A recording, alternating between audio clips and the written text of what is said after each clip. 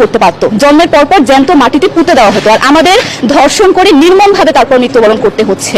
যদি সরকার আমাদের ওই নিরাপত্তা নাই দিতে পারে, তাহলে সরকারের কাছে আমাদের অনুরোধ, আমাদের জ্যান্ত মাটিতে পুঁতে দিক। আমরা বেঁচে থাকতে চাই না, আমরা সম্মান নিয়ে মৃত্যুবরণ করতে চাই। আমরা এই দেশে থাকতে চাই না যে এই দেশে আমাদের কোনো নিরাপত্তা নেই, যে এই দেশে রাস্তা দিয়ে হাঁটলে আমাদের মধ্যে একটা আতঙ্ক কাজ করে, কখন কি নাকি হয়ে যায়। আইন উপদেষ্টা বললেন যে ধর্ষকের নাকি ফাঁসি দেওয়া সম্ভব হবে না, তাহলে নাকি নিরীহ মানুষকেও মাঝে মধ্যে ফাঁসির ব্যবস্থা করা, মিথ্যা মামলায় ফাঁসিয়ে দিয়ে ফাঁসির ব্যবস্থা করা হতে পারে। আইন উপদেষ্টার কাছে আমার প্রশ্ন, আল্লাহ না করুক আজকে যদি আপনার কাছের কেউ, আপনার বোন অথবা আপনার স্ত্রী অথবা আপনার মেয়ের সাথে যদি এরকম কোনো কিছু হতো, আপনি কি আসলে এটা বলতে পারতেন যে না, ধর্ষককে ফাঁসি দেওয়া যাবে না? কোনোদিনও পারতেন না। আপনি সবার আগে তার ফাঁসির ব্যবস্থা করতেন, সম্ভব হলে নিজের হাতে মেরে ফেলতেন।